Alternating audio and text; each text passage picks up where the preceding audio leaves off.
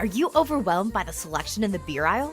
Bacon-flavored stouts, a quadruple IPA with absurdly high alcohol content, pistachio cream ale? Craft brews are boldly going where no beer has gone before. And all those different tastes come down to one thing. You guessed it, chemistry. So if you drink responsibly this St. Paddy's Day, you might even remember some of these facts to impress your friends.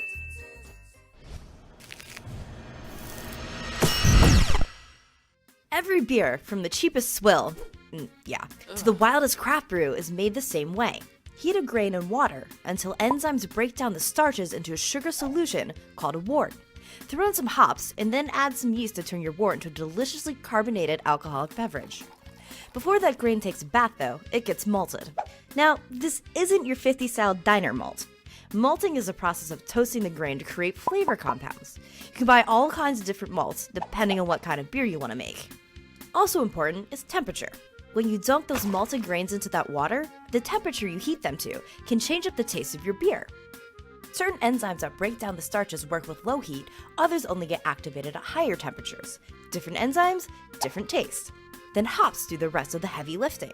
You IPA lovers out there can thank two types of compounds called alpha and beta acids for your favorite brew's flavor. The main alpha acid is called humulone. Humulone has a soft, bitter flavor that really makes a beer taste hoppy. Beta acids take longer to contribute their flavors to a beer, so they play a more prominent role in aged brews. It's not just bitter ales like IPAs that get the hops though. Even mild-mannered lagers need them too. But bitterness is just one of the results of the chemical reaction that happens when hops meet wort. Essential oils are hops' other crucial contribution. They add more complex flavors than the acid's bitterness. There are 22 different essential oils known to give aroma or flavor to beer. Now, on to yeast. Yeast ferments beer by eating up the sugars and turning them to alcohol and carbon dioxide.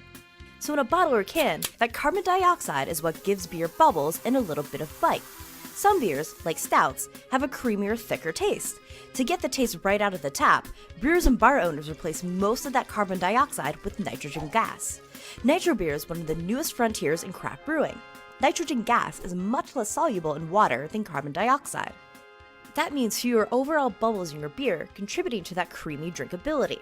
So real quick, that green beer that pops up this time of year also has its roots in chemistry. Sadly, it's not leprechaun magic, but dye molecules are extracted from plants or synthesized in a lab. But don't forget, you don't have to go to a bar to try a bunch of different beers. You can brew your own at home. Grab a homebrew kit and start experimenting.